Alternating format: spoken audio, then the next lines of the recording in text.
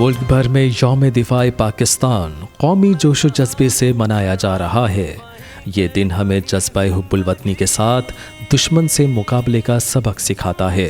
یوم دفاع اور شہداء پر صبح کا آغاز وفاقی دارالحکومت اسلام آباد میں 31 اور صوبائی دارالحکومتوں میں 21 توپوں کی سلامی سے ہوا۔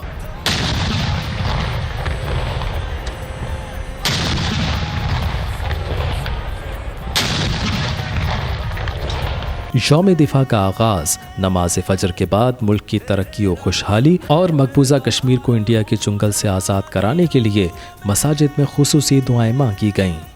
یوم دفاع کے موقع پر GHQ راولپنڈی میں تقریب منعقد ہوگی جس میں شہداء کے اہل خانہ بھی شریک ہوں گے۔ تقریب میں صدر مملکت عارف علوی اور army chief general Qamar Javed Bajwa بھی شریک ہوں گے اور تقریب سے خطاب کریں گے۔ کراچی میں مزار قائد پر گارڈ کی تبدیلی کی پروقار تقریب منعقد ہوئی جس میں پاکستان ایئر فورس اکیڈمی کے چاق و چوبند دستے نے مزار قائد پر گارڈز کے فرائض سنبھالے۔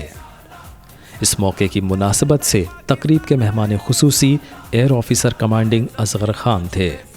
یوم دفاع اور شہداء کے موقع پر صدر مملکت عارف علوی، وزیر اعظم عمران خان نے اپنے علیحدہ پیغامات میں اس عہد کی تجدید کی کہ پاکستانی قوم کی اپنی خود مختاری، سلامتی اور علاقائی سالمیت پر کبھی سمجھوتا نہیں کیا جائے گا۔